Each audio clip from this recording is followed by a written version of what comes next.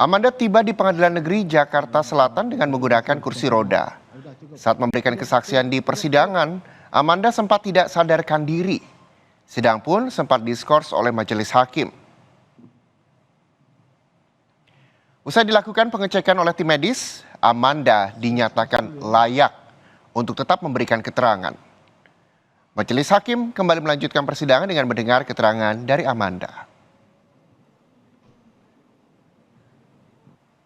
Izin yang mulia, berdasarkan pemeriksaan fisik yang telah tim kami lakukan, dari pemeriksaan tanda-tanda vital didapatkan tekanan darahnya 110/70 dengan heart rate 150 kali per menit dan saturasi oksigen 98%, Pak.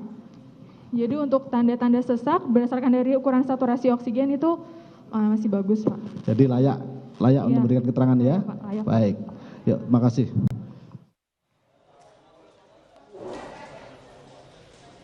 Dalam keterangan sebagai saksi, Amanda mengakui sempat bertemu Mario di sebuah kafe di kawasan Kemang, Jakarta Selatan pada 30 Januari lalu.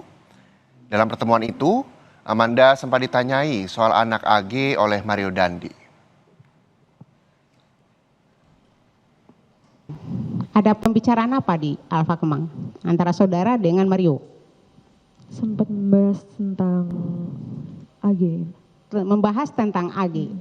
Kenapa AG dibahas tanggal 30 tersebut?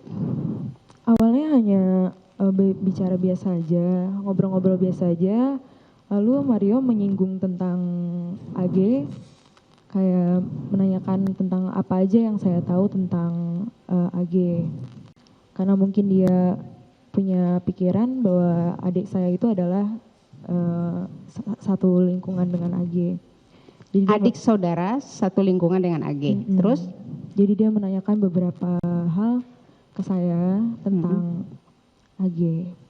Terus dalam pembicaraan tentang AG tersebut kemudian apa yang dibicarakan tentang AG tersebut? Tentang ada kejadian apa yang dibicarakan?